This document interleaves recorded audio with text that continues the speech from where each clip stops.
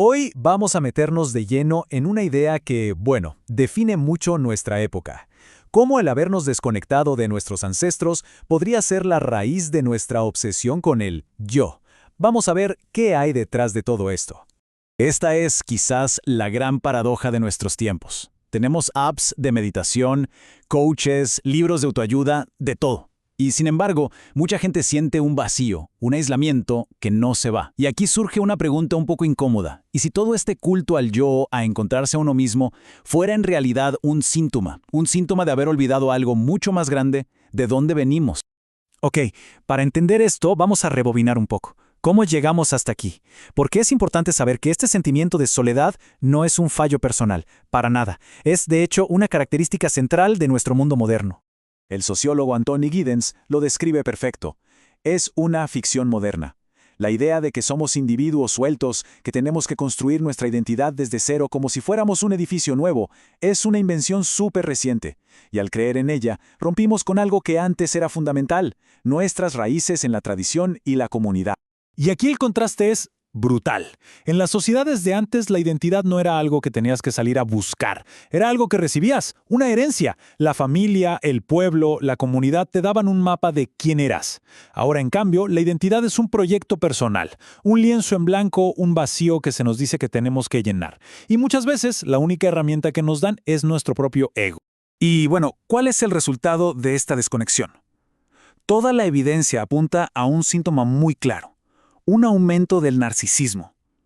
Pero ojo, no como un defecto moral o una falla de carácter, sino como una consecuencia casi inevitable de esta ruptura cultural. Y la prueba está hasta en cómo hablamos, o mejor dicho, en cómo escribimos. Un análisis de los libros publicados a lo largo del tiempo muestra algo fascinante.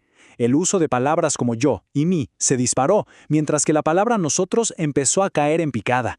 Es un reflejo sutil pero súper poderoso de cómo pasamos de pensar en colectivo a pensar solo en el individuo. Y si hablamos de datos, este es tremendo. Miren ese salto.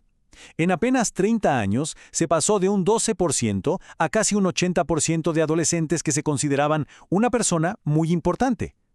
Parece que todo este énfasis cultural en el individuo no está creando gente más segura, sino más bien más obsesionada consigo misma. Este caso es un experimento natural increíble. Se comparó la Alemania Oriental, que tenía una cultura mucho más colectivista, con la occidental, súper individualista. ¿El resultado? Los niveles de narcisismo eran significativamente más altos en el oeste individualista. Lo curioso es que la autoestima general era mayor en el este colectivista. Da para pensar, ¿no? Pero a ver, esta desconexión no es solo un tema social o cultural. ¿Qué tal si es algo mucho más profundo? ¿Y si llevamos una memoria dentro, en nuestro propio cuerpo, de la que ni siquiera somos conscientes? Y para explorar esa idea, tenemos que hablar de Carl Jung. Claro, él propuso este concepto revolucionario del inconsciente colectivo. Básicamente la idea es que no nacemos como una página en blanco.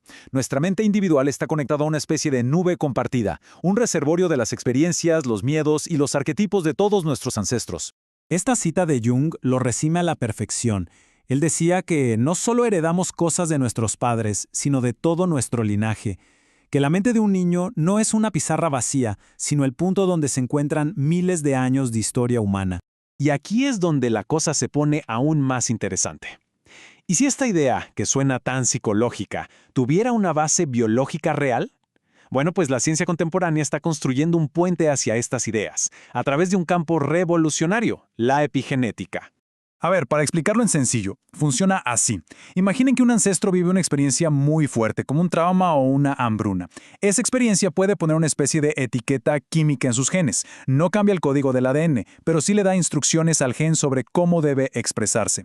Y lo más increíble es que esa etiqueta se puede heredar, influyendo en la vida de hijos, nietos y hasta bisnietos.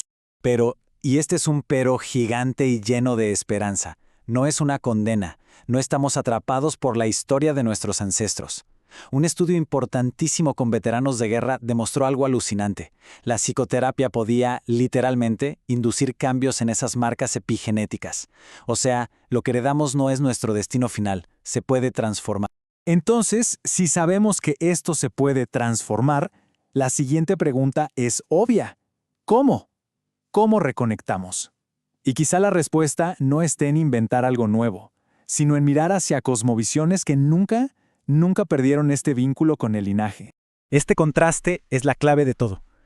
La visión moderna nos dice que somos un átomo, flotando solos en el vacío. En cambio, muchas cosmovisiones indígenas ven al individuo de una forma totalmente distinta, no como un átomo, sino como un nulo en una red inmensa. Un punto donde se encuentran los ancestros, la comunidad y la tierra. El yo no es el punto de partida, es el resultado de todas esas relaciones. Y las tradiciones chamánicas profundizan aún más en esta idea. Vienen a confirmar lo que la epigenética apenas está empezando a descubrir. Nos dicen que no solo heredamos traumas o rasgos físicos, también recibimos de nuestros ancestros su poder, su sabiduría, su resiliencia e incluso sus asuntos pendientes. Muy bien. Entonces, ¿cómo integramos toda esta sabiduría en nuestra vida moderna? El camino de regreso parece ser implica hacer un cambio fundamental en la pregunta que nos hacemos sobre nuestra propia identidad. Y es súper importante aclarar esto. No se trata de idealizar el pasado o de abandonar los logros de la autonomía individual. Se trata de reconocer que esta fantasía del individuo hecho a sí mismo es en realidad una idea psicológicamente muy frágil, que la epidemia de narcisismo no es un exceso de autoestima, sino un síntoma de un déficit, la falta de un suelo relacional, de unas raíces donde poder crecer con fuerza. La buena noticia es que ya existen caminos para esta reintegración. Hay terapias y prácticas contemporáneas que están redescubriendo esta sabiduría. Cosas como la psicoterapia somática, las constelaciones familiares o la terapia intergeneracional. Todas apuntan a reconstruir estas conexiones, ayudarnos a vernos no como átomos flotando, sino como parte de una red. Esta ha sido la gran pregunta filosófica de la modernidad, ¿verdad? Una pregunta que siempre nos manda a mirar hacia adentro, en una búsqueda que casi siempre es solitaria. Pero, ¿y si hemos estado haciendo la pregunta equivocada? ¿Qué tal si la pregunta que realmente sana, que realmente nos ancla a la vida, no es sobre el quién, sino sobre el a quién? ¿A quién pertenezco? Fíjense cómo lo cambia todo. El foco ya no está en el yo aislado, sino en la red de pertenencia. Hacia atrás, a los ancestros, hacia adelante, a los descendientes, y hacia los lados, a nuestra comunidad. Y cerramos con esta idea poderosa. La desconexión que sentimos no es solo un problema, también es un mapa. Es una herida, sí, pero como toda herida, lleva dentro las instrucciones para sanar. Nos está gritando que recordemos que no estamos solos, que nunca lo hemos estado, que somos parte de un linaje largo y profundo que continúa vivo a través de nosotros. Gracias por acompañarnos en este análisis.